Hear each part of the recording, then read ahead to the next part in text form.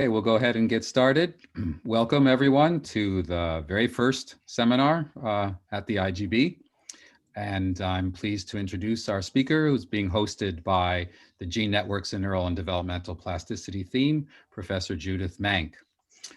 Judith is a professor and a Canada 150 Research Chair of Evolutionary Genomics. She's in the Department of Zoology at the University of British Columbia, and she's joining us from beautiful Vancouver. She previously had appointments at University College of London and Oxford University.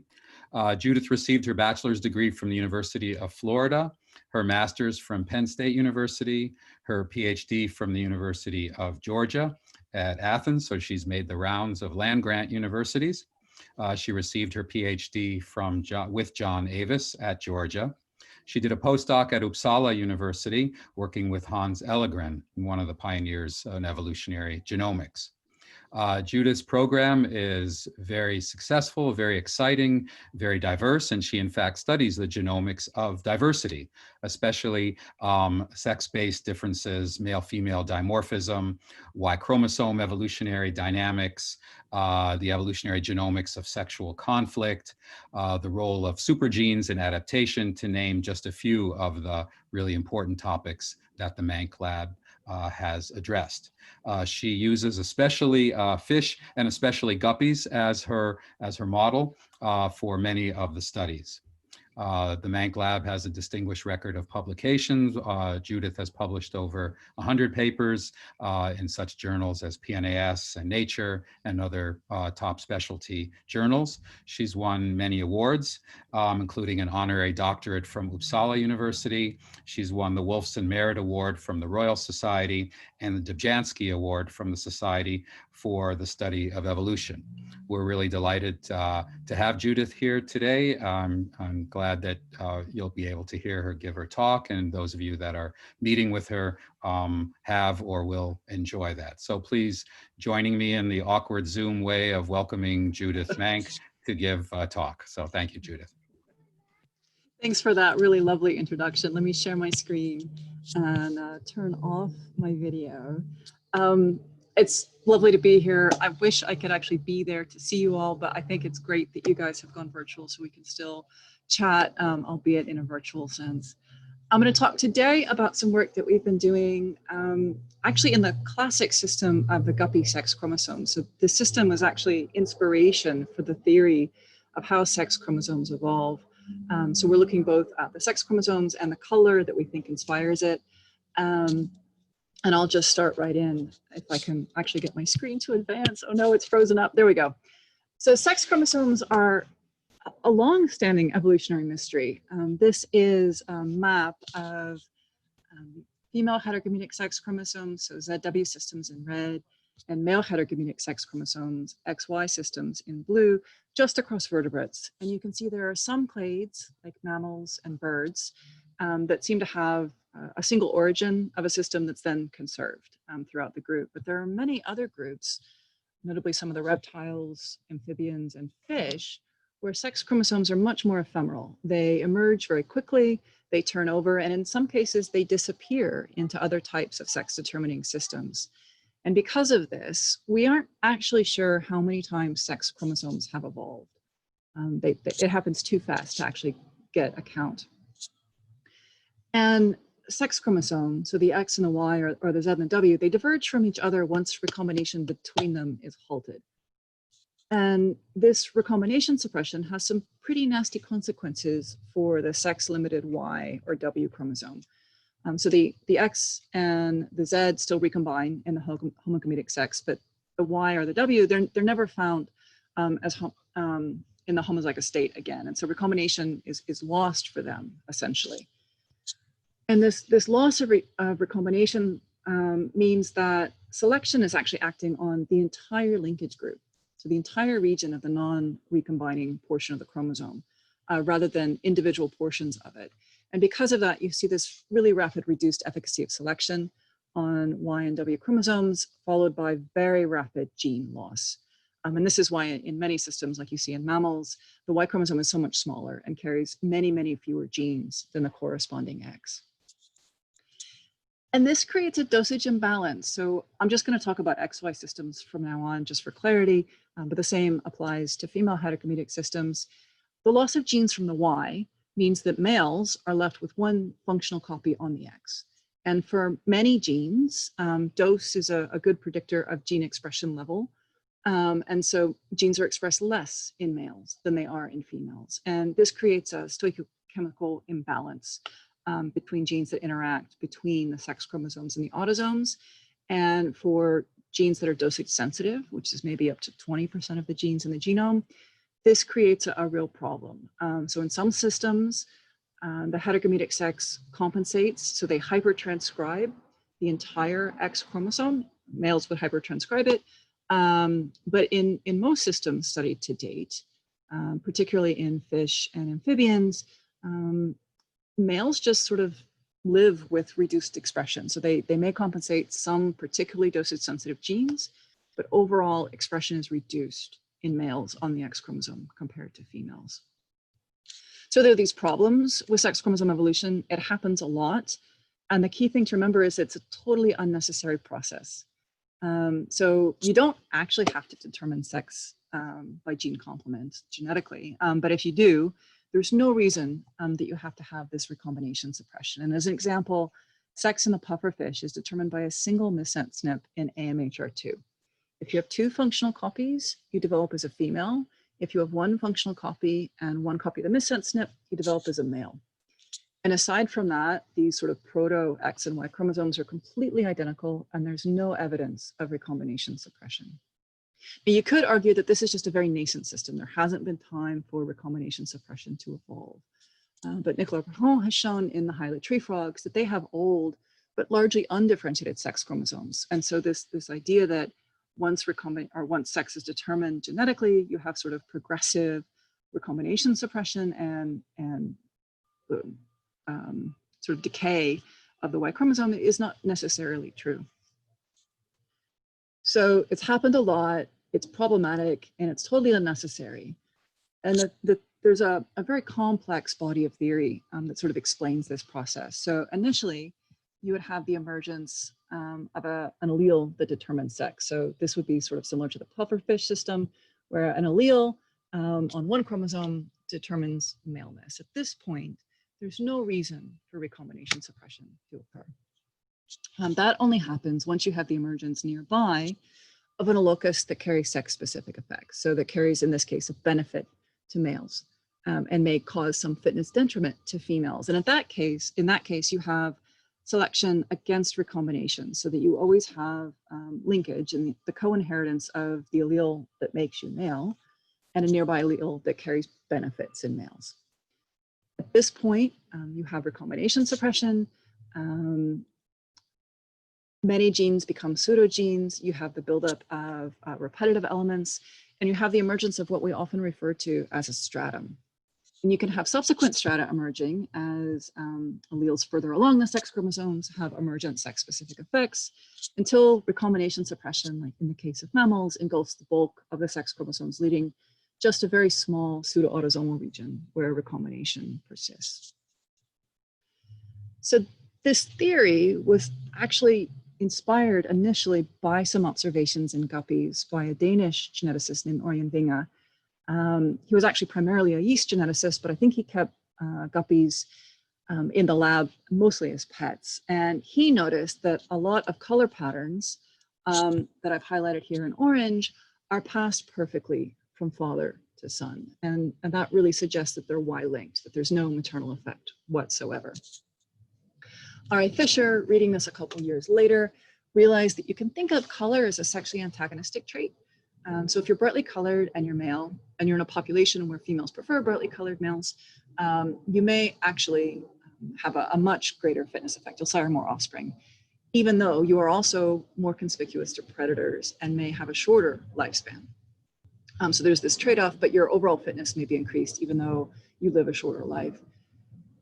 Females don't have the same benefit to color. So a brightly colored female would not actually be more attractive to males. Males really don't care what females look like, but they would be more conspicuous to predators. So they would bear all the cost and none of the benefit.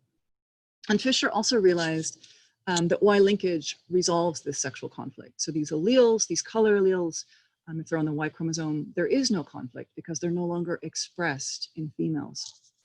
And he predicted that the Y chromosome would become a male supergene. He didn't use the term, he was thinking more about Dobzhansky's coadaptive gene complexes, but he predicted that the Y chromosome would carry a preponderance of genes that have male benefit effects.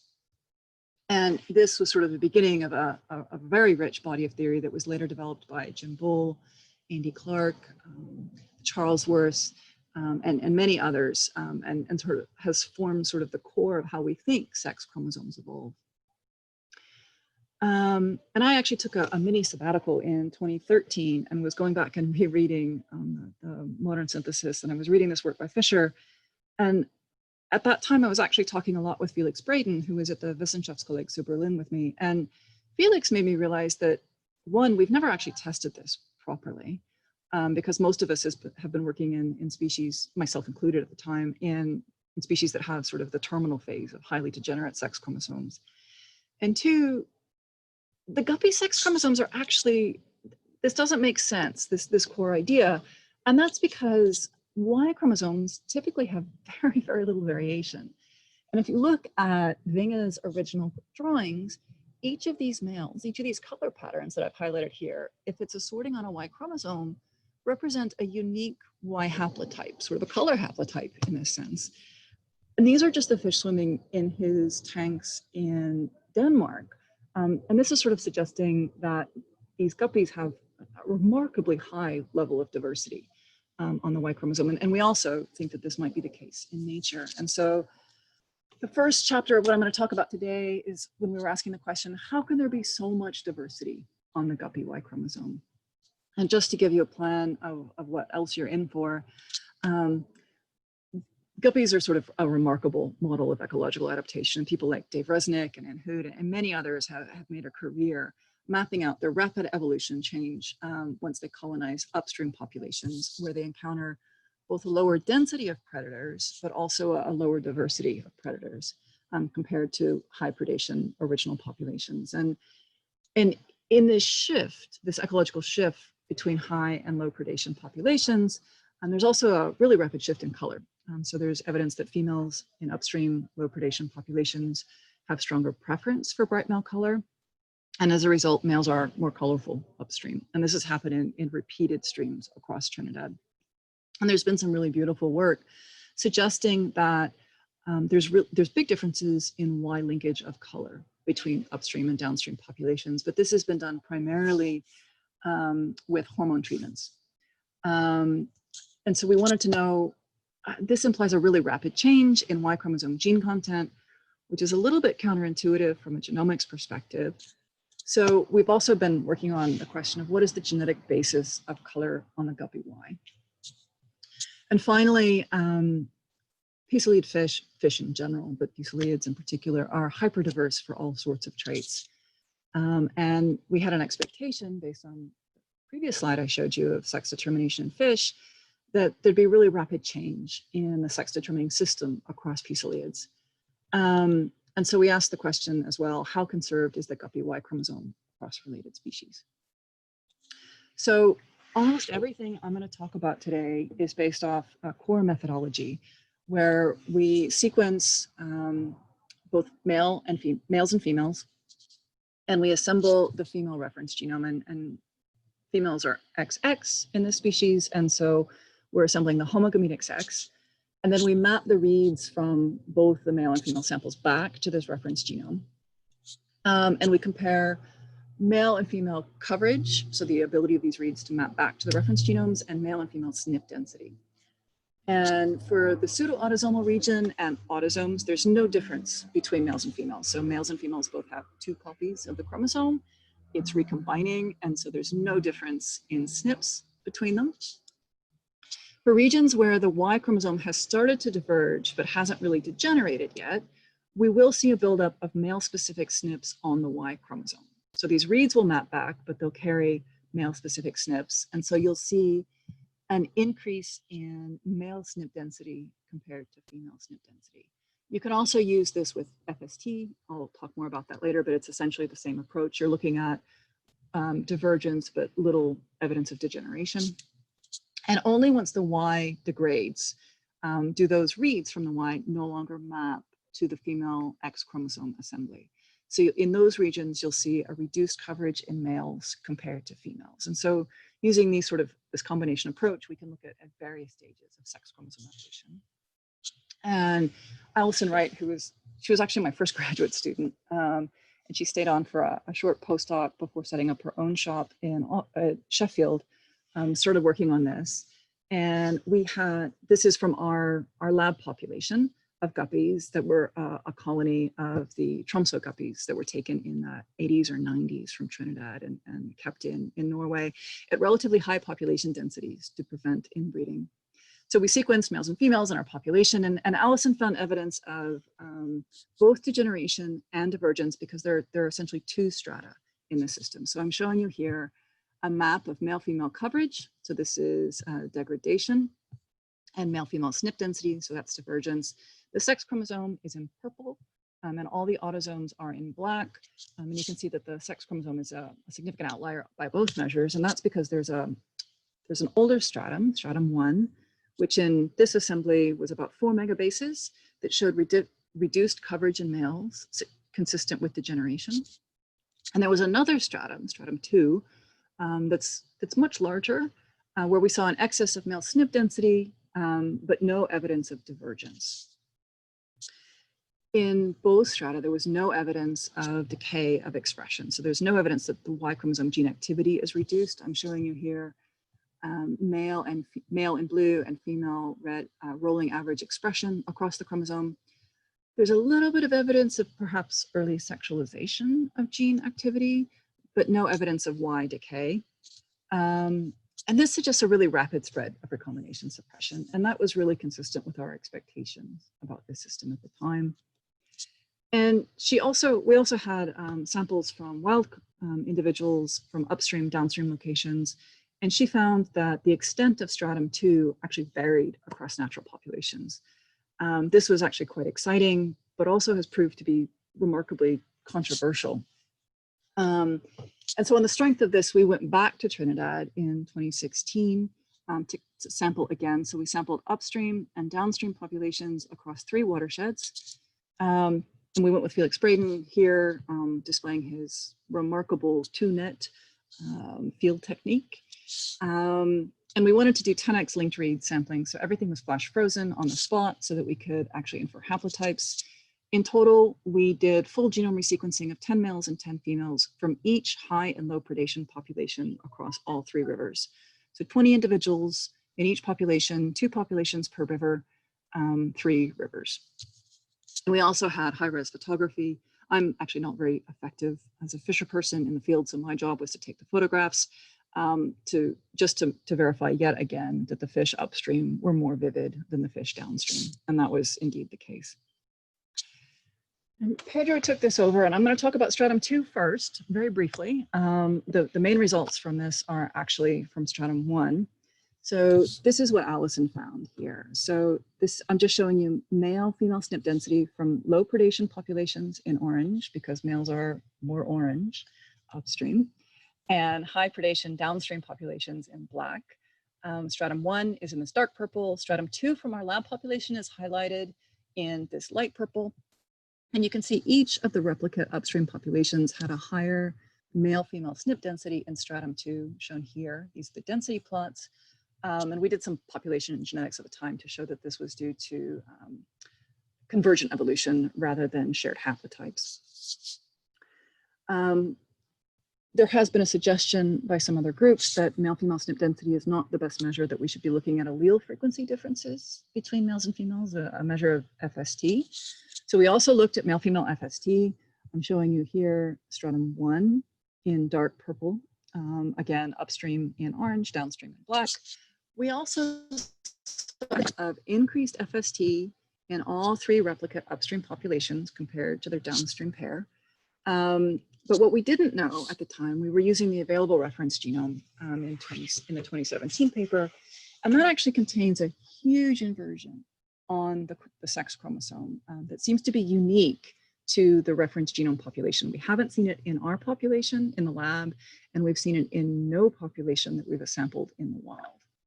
And so once we correct for that inversion, the FST extends over nearly the entirety of the remainder of the chromosome in each of the upstream populations. So it suggests that stratum 2 is actually larger than our original estimate. So onto stratum 1, which is what has been our focus for the last couple years. By our estimates, this is an estimate of read depth, read differences between males and females. Stratum 1 with the new assemblies that we have. I should actually back up a step. For all the linked read samples, we assembled individual genomes, and we chose as our reference in each population the female that had the highest N50 scores. And they were actually very good, especially for field caught samples. So we were getting scaffolds that spanned half a chromosome arm in many cases. And so each of these are river-specific genomes.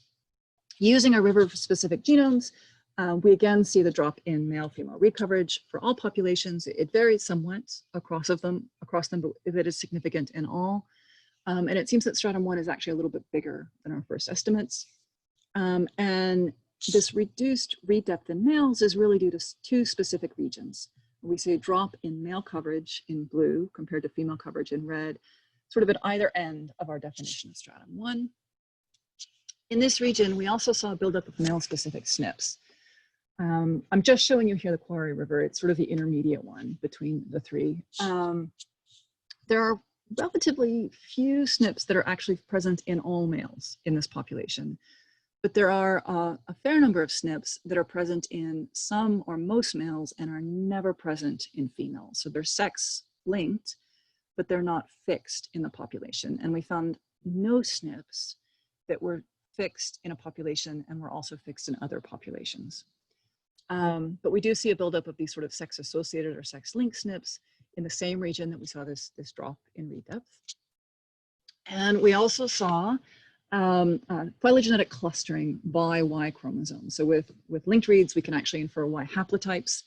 And we found large regions where the Y chromosome haplotypes phylogenetically cluster together and separate from the X haplotypes. And that really suggests an ancient recombination suppression between the X and the Y and complete lineage sorting for these genes, again in the same regions. We found a fair bit of male-specific sequence. I'm not going to go into that now. But we've also been looking at methylation. This is some work by Dave Metzger, and he found a pattern of male hypomethylation in exactly the same region, suggesting some sort of sexualization and gene regulation here. And this is sort of related to the SNPs that I was describing. We found quite a lot of haplotype diversity on the Y sequence that we expected in some ways, but wouldn't expect of a Y chromosome. So I'm showing you here haplotype maps. Each circle represents a haplotype. The size of the circle represents the numbers of males with that haplotype. Upstream in orange, downstream individuals are in gray. And the size of the line, the length of the line connecting them indicates the number of mutational steps. So this haplotype, if I can find my mouse, is one mutational step from the dominant haplotype. And what we found is quite a lot of haplotype diversity mixed up between upstream and downstream individuals in each river, much more than you would expect for a Y chromosome. So to contrast this, in humans, you actually have to search the Y chromosome quite hard to find informative SNPs. There are a few that people have done, used for all sorts of phylogeography, but you have to look very hard. We are actually sort of drowning in Y chromosome diversity, sort of harkening back to those haplotypes that I showed you, or those color haplotypes that Vinga described, and I showed you. What we didn't see is an inversion for either stratum, and this has always been the assumption that the recombination suppression is actually achieved through an inversion. And we didn't see any evidence of this. So I'm showing you a map of our female reference genome to all the female reads in each of the populations and all the male reads in each of the populations. And you do see evidence of inversions with these dark regions, but we don't see anything unique to males, suggesting that there's nothing specific on the Y chromosome that has caused recombination suppression. It's been more of a gradual process through some other mechanism that we're not sure of yet. And we've been talking about this a lot in the group and how the mechanism of recombination suppression might actually affect haplotype diversity. And we think that this might actually explain the diversity that we're observing. So if you think about it, if you have a population of Y chromosomes or proto-Y chromosomes, where there's a sex-determining allele in orange, but at this point, no recombination suppression, and recombination suppression is only achieved through an inversion. This is a very rare mutation, inversions. And so that inversion will be selected for and will sweep to fixation. And in that, diversity will be depleted. That one haplotype, the inverted haplotype, will become fixed in the population. If recombination suppression is achieved through some other mechanism, like the shift of a recombination hotspot or some sort of structural variation, but not an inversion, all the haplotypes that carry sex-determining allele will pass on, or most of them will. And so there's no inversion, no sweep, and that diversity is maintained, at least in the short term. So to wrap up chapter 1, how can there be so much diversity on the Guppy Y? We think that this lack of an inversion as the mechanism of recombination suppression allows more haplotype diversity to be maintained than we might expect otherwise. The next bit is a question about the basis of color on the Guppy Y. And I have to warn you, there's no genomics here. This is just old-fashioned genetics. So Jake Morris has been running this project. And in 2016, we actually set up 4 pedigrees from a virgin female. So all the females used in breeding are shown in black circles. All the males are shown in squares. We had 4 Y lineages that we set up. So 4 families. Red, green, orange, or yellow, and blue. And we tracked color. We use these for multiple generations, and we phenotyped each of the males at each generation right after they achieved full coloration patterns at maturity. And Jake developed a high-resolution pixel extraction and clustering method. So he could actually take a high-res photo of a male, and then the approach, actually they extract, the computer extracts pixels and clusters those pixels and determines where the ornaments are. So this is an automated system that doesn't actually have a lot of pre-existing bias from the human eye. And he took a lot of high-res photos of all the males in our stock population and created this hilarious GIF. And the computer then identified 4 orange ornaments, and they're labeled 01 through 04. And these are ornaments that were present in at least 10% of the individuals in the population, and 5 black or melanic ornaments labeled B1 through B5. And he looked for the presence or absence of each of these 9 ornaments in each generation, and asked the simple question if they're Y-linked. And if they are Y-linked, they should be passed perfectly from father to son. So if an individual has orange ornament 1, all his sons will, and all his grandsons will, because the Y chromosome is passed as a single unit. If he lacks orange ornament 1, none of his grandsons will have it, and none of his sons will have it. And all you need to look at here are these pie charts that show you the proportion of males that were the same in the vivid color in the orange or black, or different in gray to the father. And there's no evidence that any of our 9 ornaments are actually Y-linked. And this was a bit perplexing because there's sort of a very strong myth that almost all ornaments in guppies are Y-linked. But as I said, a lot of this has been done with testosterone, and a lot of it has been done based on total color area. So not individual ornaments, but the total area of the fish that is either orange or black. And what we actually saw when we looked a little bit more closely was evidence of really strong correlations for size and saturation among ornaments of the same color. So if an individual had a very large ornament 1, orange ornament 1, all the other orange ornaments were also quite large. And this suggests some sort of modifier locus or multiple loci, which can affect all the ornaments in the same biochemical pathway. And what we did see was partial Y linkage for total area. And that's because we could compare a grandson for total area to his paternal grandfather versus his maternal grandfather. And if it's a Y-linked effect, the correlation, the coefficient should be greater to the paternal grandfather than the maternal line, because the Y chromosome comes from the paternal line.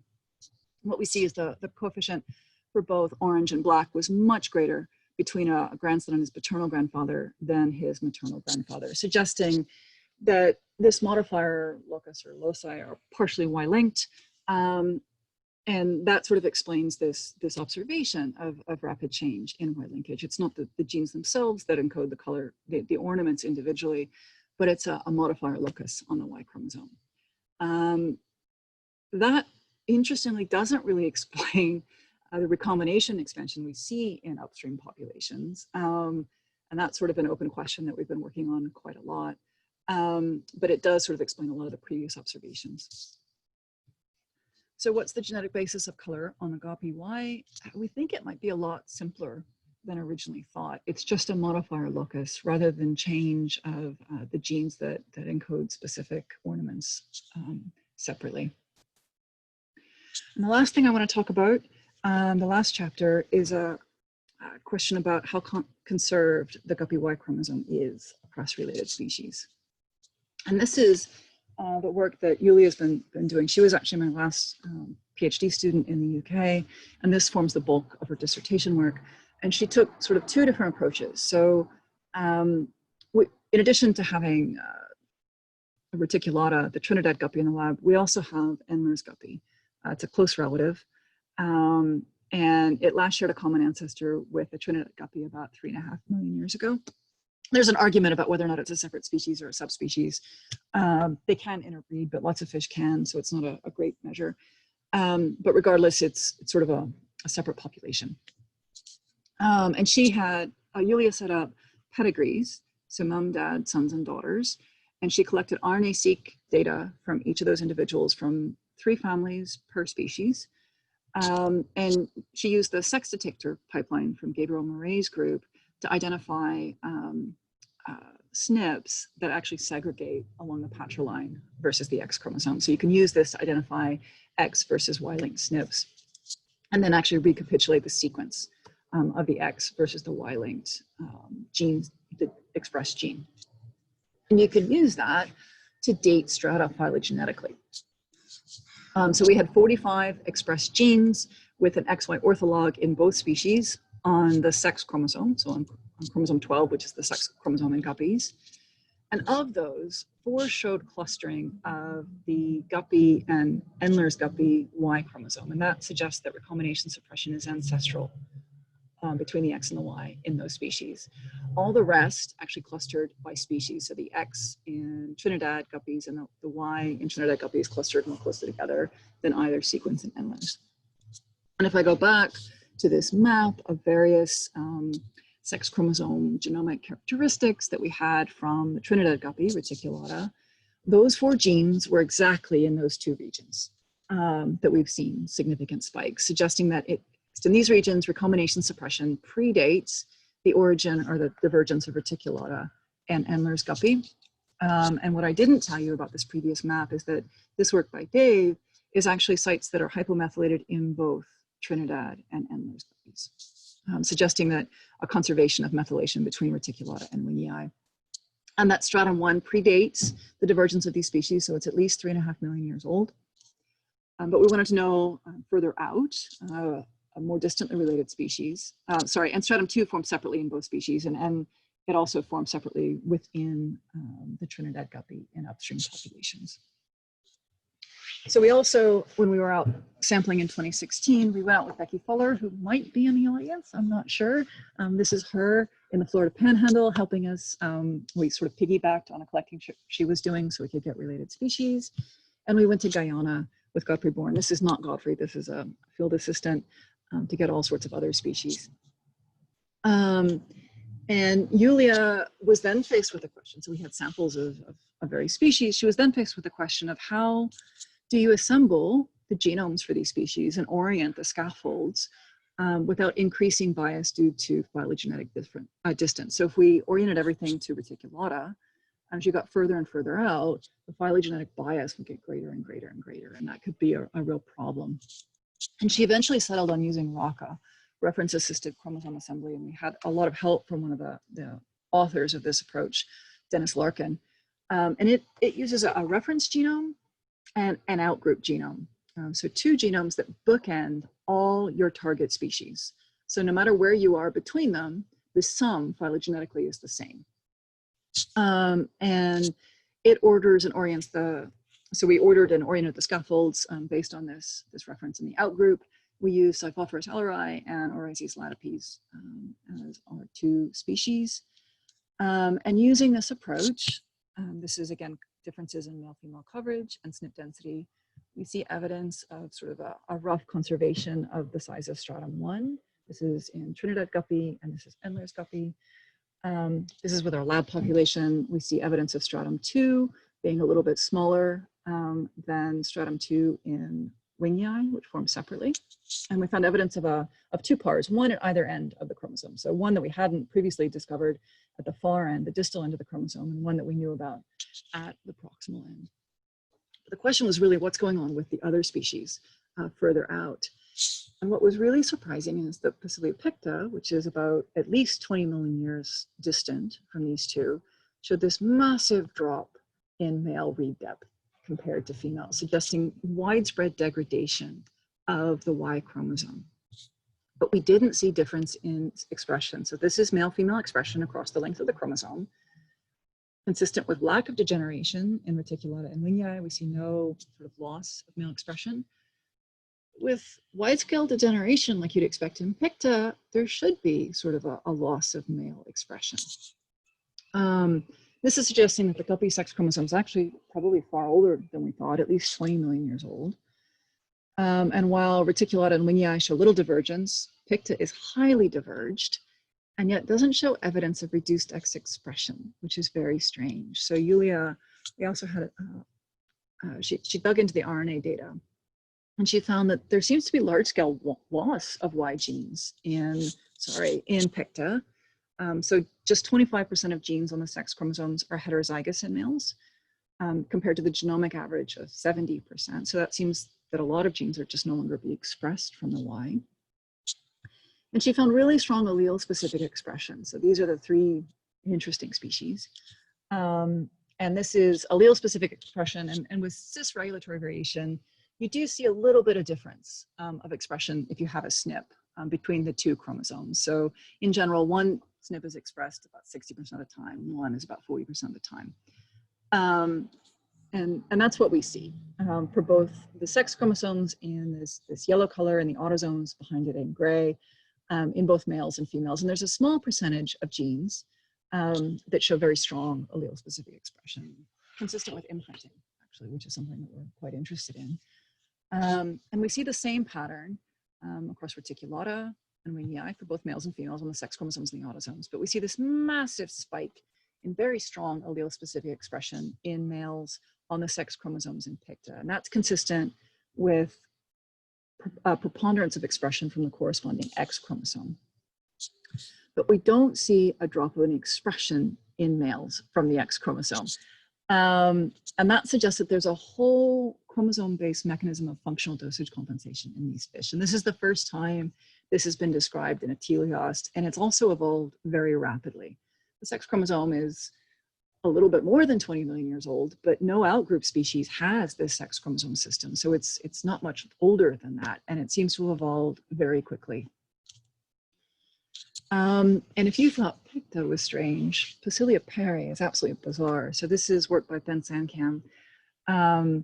And when we were in Guyana, we collected a species called P.parae, the parrot guppy, and it's sister to P.picta, so it's closely related to Picta. And what's super weird about it is that it has 5 male morphs. So I'm showing you here the female and the 5 different types of males. And these different males, they look different. They have very different mating tactics. Some are aggressive, some are sneakers, some actually are based on female preference. They have very big differences in sperm physiology. So this sneaker morph, which looks like a female mimic, actually has enormous testes and very high sperm numbers compared to the species that based on female preference. And Felix Braden had done some work previously with Ben and with Anna Lindholm to show that all 5 of these morphs are Y-linked. So whatever a male is, all his sons will be. And even more importantly, Godfrey shown that these morphs all co-occur in the same populations. They shoal together, and their frequencies are remarkably stable over 50-year intervals. So there's some sort of very complex balancing selection, probably due to a combination of intra and interspecific sexual selection that maintains them. And Ben used the same approach that Yulia did with his reference-guided genome assemblies to build a female reference genome, and he mapped all the male morphs back to it. I'm showing you here the three major morphs, P.parae, Melanzona, which has three minor color morphs, blue, red, and yellow, and the female mimic, Immaculata. All of them show a massive drop in male read depth compared to the female reference genome. And it's quite similar across all five of the morphs, which are color-coded here. And the pattern is very similar to what we see in P.picta. So P.parae has a Picta-like pattern of XY divergence. It also has complete dosage compensation like Picta. I'm not showing you that. You'll have to trust me, but I'm happy to answer questions, suggesting that recombination suppression in the system predates the origin of these five male morphs. And this is actually sort of subsequently, this Y chromosome has diverged. And we wanted to know how divergent the different Y chromosomes for each male morph were. And so Ben took he used what's called k-mers. So if you think about it, genomes between males and females, we can compare the genomes between males and females to identify Y-linked sequence. So if the autosomal genome is in black, it should be roughly the same between males and females. I've been talking a lot about differences between the X and the Y in gray, or sorry, males and females on the X in gray, but we were actually interested in the Y-specific sequence in green. And k-mers are just, if you chop the genome into short words, short sequences, we used 31 base pair sequences. You can look to see whether or not specific k-mers are present only in males, representing this sort of green Y chromosome bit. You identify those. Andy Clark actually named these many years ago Weimers. And then you can look back to your scaffolds, reads, or haplotypes, because we had 10x data, and identify chunks of the genome that are enriched for Weimers and assemble that back into a Y sequence. So this is a way of assembling Y sequences without actually having to sequence, use sort of the chromosome walking approach like many people have used, which can be quite laborious. And using this approach, we found a lot of morph-specific Weimers. I'm showing you the numbers here. There's a relatively small overlap of Weimers across all the morphs, just 59. Most were morph-specific or shared between two types of morphs. And then Ben actually treated each of these Weimers, so any Weimer that was present in two males, regardless of morph, and present in no females, he treated them as a phylogenetic character, similar to sort of a morphological trait across these morphs. And he built a phylogeny based on that presence-absence matrix. And he found that each of the major morphs clustered more closely together. So the bootstraps are shown at the top, they're all 100%. The number of Weimers at the node, each internal node is shown in color. And the color represents the three morphs. We see each of these morphs is monophyletic with regard to the Y chromosome, indicating that each of these Y chromosomes are segregating and maintained in the population as unique haplotypes. So how conserved is the Guppy Y chromosome across related species? This is where the system has become sort of remarkable in the last couple of years. We have one clade, a little bit more than 20 million years old, with a range of sex chromosome divergence on the same linkage group. And it's led to a whole series of questions that we're trying to chase down. So why is divergence so much greater in P.picta and P.parae than in Reticulata and Woese? I've got suggestions, but no definitive answer at this point. And how is dosage compensation achieved in P.picta and P.parae, and why did it evolve so rapidly when so many other systems just make do without? And with that, I'll give thanks to the lab. This is a picture of us at our last lab retreat. Lab meetings now look like this. I talked about the work primarily by Yulia, Allison, who's gone, Ben Sankam, and Jake, recent collaborators, our funders. And I also have to call out two people who've helped us on the outreach and the communication side. So if you liked the illustrations of the fish I showed, that was all due to a collaboration with Clara Lacey, who's an artist and illustrator based at the moment in Australia. We met her in London, and her whole goal in life is to build biologically accurate, but as she puts it, beautifully drafted scientific illustrations. And I was really lucky when I hired Jocelyn as the lab manager. She also is quite arty, and she has done all the graphical, the conceptual graphics that I showed you. And she's also brilliant at that, and is interested in sort of building up that part of her portfolio if anyone wants to talk to her. And with that, I'll take any questions if anyone's still awake. Great. Well, thank you very much. Yes, we do have questions. So the first one comes from Mark Halber. And the question is there any value to study the genomics of domesticated pet trade selected guppy varieties? Absolutely. There's some difficulties, which I'll start with. So we're not actually sure they're all purebred. There's been a lot of the guppies that you see in the pet trade are hybrids between related species. So we're not really sure that they're true guppies. But absolutely, I think there's sort of an amazing experimental evolution experiment, particularly with regard to fin shape and color.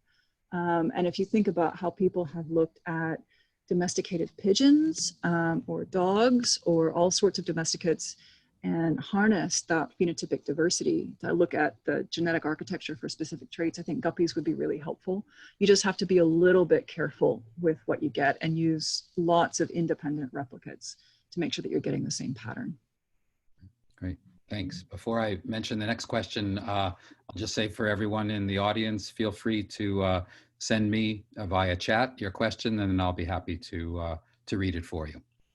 So the next question actually comes from me, and it has to do with thinking about sexual selection and sex-linked SNPs, and then a little bit about what you mentioned with respect to predation being a sort of a piggyback effect there. So is there a way to parse effects of natural selection from sexual selection in looking at the evolutionary dynamics of the Y chromosome? That's a great question.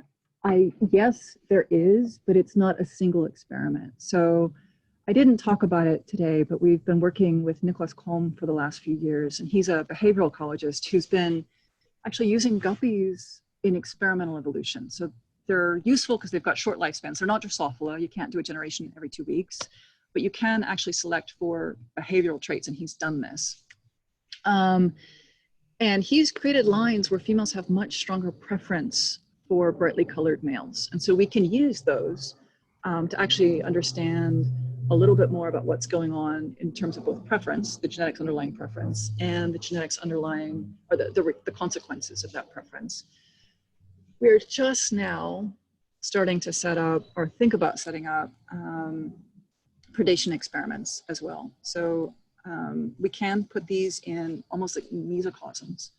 They have to be quite large, but we can sort of look at the consequence of predation and preference in a very controlled environment. It gets very difficult in the field to do this and to parse out the various effects. Sorry, I hope you guys aren't too annoyed by the noise around. But I think that we can, through sort of very careful, large-scale experiments in the lab and semi-natural experiments, parse those things out. I don't have an answer for you, Jean. I hope to in a few years. No, that's just very encouraging to think that one can, because I think that's been a long-standing goal to be able to separate the forces of selection and kind of read their signatures at the molecular level. Yeah, but we can almost sort of do these experiments almost in real time, you know, in these mesocosms. You just have to sort of scale up and be patient.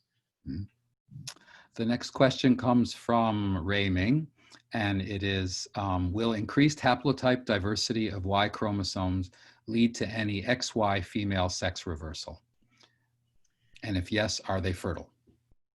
So you can create sex reversed individuals through hormonal manipulations. We actually don't right now have a perfect sex marker, so we don't know if they occur in the wild. So I can't answer your question in a natural system. The individuals are fertile. There isn't a lot that's unique to the Y chromosome, so having a XY individual that is phenotypically female. She's perfectly fine. There are examples of fish reversal, so it might be present in the wild. We just don't know yet. So I don't have a great answer to that. The next question comes from Allison Bell, and it is, Kim Hughes recently published a paper in American Naturalist about how attraction to novelty could maintain variation in male color patterns in guppies, which could suggest some kind of correlated evolution between neophobia and male color patterns. Any ideas for how you'd be able to detect such a pattern? Yeah, so we need to, I think our results from our lab population really suggest that the actual ornaments themselves are not truly Y-linked. And so you don't need to invoke negative frequency dependent female preference for novelty to explain the Y diversity or color diversity on the Y. Sorry, I'm explaining this badly. So our results suggest that the individual ornaments are not Y-linked, but the total area is. And so you don't need this interaction between preference to both explain Y diversity, because coloration combinations are not on the Y chromosome as far as we can tell. But it could explain the remarkably high level of balancing selection we're seeing across the remainder of the genome. So I haven't talked about this, but when we look at haplotype diversity on the autosomes, it's astronomically high. And that actually, I think, could be the result of frequency-dependent selection for male unique combinations across the genome, but not the Y chromosome. And that actually could be the key to guppy adaptation. They have this high level of diversity because of this negative frequency-dependent selection for novel male combinations across the entire genome that then allows them to adapt very rapidly to shifting conditions. The caveat to what I've just said is that we really need to replicate our results, this coloration inheritance pattern across other populations and take it out into the wild. The plan was actually to go back to Trinidad to start this in April, but travel has been a little bit difficult of late, and so it'll take a little while to get around to it. I had one more question, and that is thinking about the incredible evolutionary dynamics you're seeing, and then thinking about Jonathan Losso's work about extreme weather events and how that can drive things. Trinidad's not that far away from the Losso study site. Is there any evidence or suggestion that extreme climate events, extreme weather events can be also affecting some of the dynamics you're seeing? It should do. And to be honest, I was expecting a lot less diversity than I just talked about because of those events, and because, these streams are colonized by essentially a single or a few pregnant females. And so there should be a massive bottleneck. We're not seeing at the genetic level. So we're not seeing, these are freshwater fish, repeated bottlenecks, both through climate and the way they colonize different areas. We're not seeing that in the genome. And so I don't know if it's a different system. I don't know if this female preference is maintaining this diversity somehow. I think these are all really great questions to sort of understand how these things interact, because it may be that sexual selection or certain types of sexual selection make populations more resilient to sort of climatic events through this sort of diversity. But that's all very hand wavy and it sounds kind of cool, but I don't have any real proof of it yet. Yeah, very interesting.